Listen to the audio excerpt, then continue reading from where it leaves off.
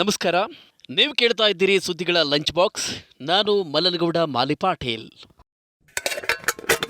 Fast tag ಹೇಗೆ ಮರೆಯಾಗುತ್ತೆ? ಮನೆ ಖರೀದಿದಾರರಿಗೆ ಯುಪಿ ರೇರಾ ಯಾವ ಅನುಕೂಲ ನೀಡುತ್ತಿದೆ? ವಿಶ್ವಾದ್ಯಂತ ಉದ್ಯೋಗ ಮಾರುಕಟ್ಟೆಯಲ್ಲಿ ಯಾವ ರೀತಿಯ ಭೀತಿ ಕಾಡ್ತಿದೆ? ಈ ಎಲ್ಲ ಸುದ್ದಿಗಳ ಜೊತೆಗೆ ಬಿಸ್ನೆಸ್ ಮತ್ತು ಪರ್ಸನಲ್ ಫಿನಾನ್ಸ್ಗೆ ಸಂಬಂಧಿಸಿದ ಸುದ್ದಿಗಳು ಇಂದಿನ ಲಂಚ್ ಬಾಕ್ಸ್ನಲ್ಲಿ ಇರ್ತವೆ.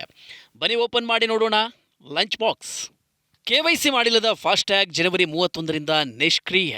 ಕೆವೈಸಿ ಮಾಡಿಲ್ಲದ ಫಾಸ್ಟ್ಯಾಗ್ 2024 ಜನವರಿ 31ರಿಂದ ನಿಷ್ಕ್ರಿಯ ಆಗ್ತದೆ.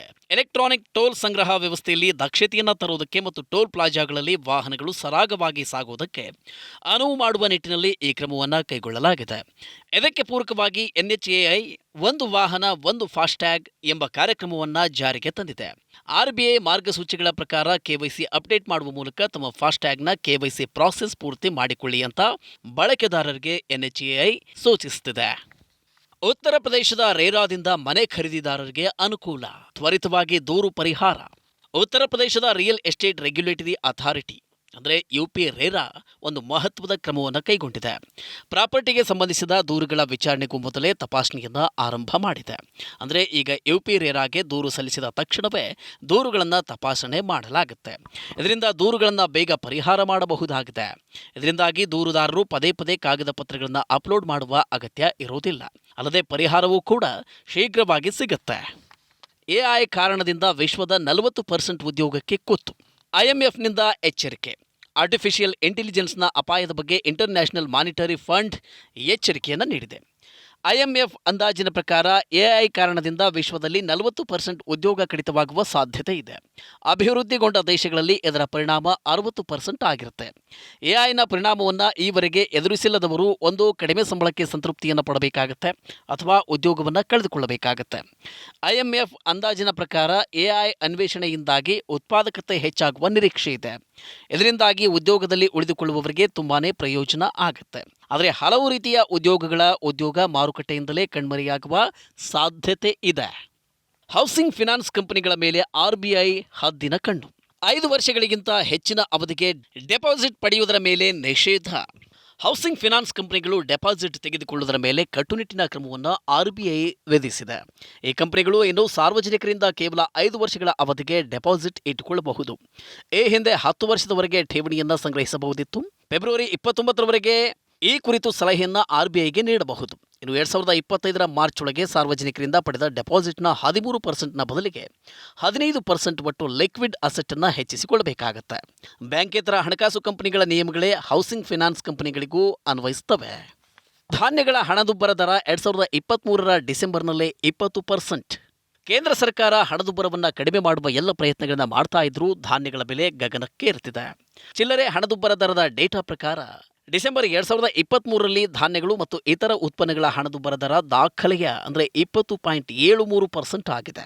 ಕಳೆದ ವರ್ಷ ಅಂದರೆ 2022 ಡಿಸೆಂಬರ್ನಲ್ಲಿ ಇದು ಕೇವಲ 3.15% ಆಗಿತ್ತು. ಅಂದರೆ ಒಂದು ವರ್ಷದಲ್ಲಿ ಧಾನ್ಯಗಳ ಹಣದುಬ್ಬರ ದರ 17.58% ಏರಿದಂತಾಗಿದೆ. ಗ್ರಾಹಕ ವ್ಯವಹಾರಗಳ ಸಚಿವಾಲಯದ ಪ್ರೈಸ್ ಮಾನಿಟರಿ ಡೇಟಾ ಪ್ರಕಾರ 2024ರ ಜನವರಿ 14ರಂದು ಚಿಲ್ಲರೆ ಮಾರ್ಕೆಟ್ನಲ್ಲಿ ತೊಗರಿಬೇಳೆ ದರ ಕಿಲೋಗೆ 151.88 ರೂಪಾಯಿ ಆಗಿದೆ. 2023ರ ಜನವರಿಯಲ್ಲಿ ಇದೇ ತೊಗರಿ ಬೆಳೆ ಕಿಲೋಗೆ 110.83 ರೂಪಾಯಿನಲ್ಲಿ ಸಿಗ್ತಿತ್ತು. ಅಂದರೆ ತೊಗರಿಬೇಳೆ ಬೆಲೆ ಒಂದು ವರ್ಷದಲ್ಲಿ 37% ಏರಿಕೆ ಕಂಡಂತಾಗಿದೆ. 9 ವರ್ಷಗಳಲ್ಲಿ ಬಡತನದ ಸಂಕಷ್ಟದಿಂದ ಹೊರಬಂದ 24.8 ಕೋಟಿ ಜನರು. ನೀತಿ ಆಯೋಗದ ವರದಿ 2013-14ರಿಂದ 2022-23ರ ಅವಧಿಯಲ್ಲಿ ಅಂದರೆ ಈ 9 ವರ್ಷಗಳಲ್ಲಿ 82 ಲಕ್ಷ ಜನರು ಬಡತನದ ರೇಖೆಯಿಂದ ಹೊರಬಂದಿದ್ದಾರೆ ಹೀಗೆಂದು ನೀತಿ ಆಯೋಗದ ವರದಿಯಲ್ಲಿ ಹೇಳಲಾಗಿದೆ. ಈ ಅವಧಿಯಲ್ಲಿ ಉತ್ತರ ಪ್ರದೇಶ, ಬಿಹಾರ ಮತ್ತು ಮಧ್ಯಪ್ರದೇಶದಲ್ಲಿ ಭಾರಿ ಸಂಖ್ಯೆಯಲ್ಲಿ ಜನರು ಬಡತನದಿಂದ ಮೇಲೆ ಬಂದಿದ್ದಾರೆ.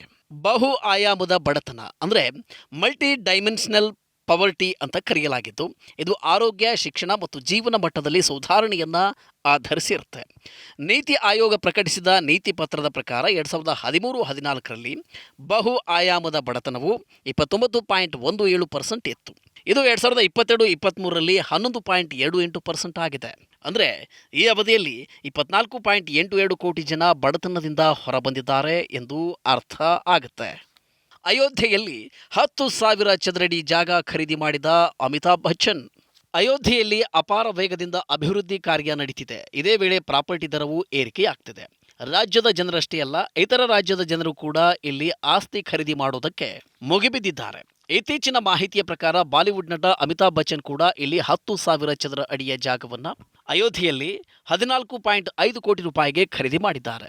ಅವರ ಈ ಜಾಗ 51 ಎಕರೆಯಲ್ಲಿ ವ್ಯಾಪಿಸಿರುವ ದಿ ಹೌಸ್ ಆಫ್ ಅಭಿನಂದನ್ ಲೋಧಾದಲ್ಲಿನ 7 ಸ್ಟಾರ್ ಮಿಕ್ಸೆಡ್ ಯೂಸ್ ಎನ್ಕ್ಲೇವ್ನಲ್ಲಿದೆ. ವರದಿಯ ಪ್ರಕಾರ ಬಚ್ಚನ್ ಖರೀದಿ ಮಾಡಿರುವ ಈ ಸ್ಥಳದಲ್ಲಿ ಲೀಲಾ ಪ್ಯಾಲೇಸ್ ಸಹಭಾಗಿತ್ವದಲ್ಲಿ 5 ಸ್ಟಾರ್ ಹೋಟೆಲ್ ಕೂಡ ಇದೆ. ಈ ಜಾಗ ಅಮಿತಾಬ್ ಬಚ್ಚನ್ ಅವರ ವಂಶಜರ ಮೂಲ ಸ್ಥಳದಿಂದ 4 ಗಂಟೆ ದೂರದಲ್ಲಿದೆ. ಇನ್ನು ಈ ಜಾಗದಿಂದ ಅಯೋಧ್ಯೆಯ ರಾಮ ಮಂದಿರಕ್ಕೆ ಕೇವಲ 15 ನಿಮಿಷ ದೂರ ಮತ್ತು ವಿಮಾನ ನಿಲ್ದಾಣದಿಂದ 30 ನಿಮಿಷಗಳ ದೂರದಲ್ಲಿದೆ. ಇದಿಷ್ಟು ಇಂದಿನ ಲಂಚ್ ಬಾಕ್ಸ್ ಸುದ್ದಿ. ಮತ್ತಷ್ಟು ಅಪ್ಡೇಟ್ಗಳೊಂದಿಗೆ ಮತ್ತೆ ಭೇಟಿಯಾಗೋಣ. ನಮಸ್ಕಾರ.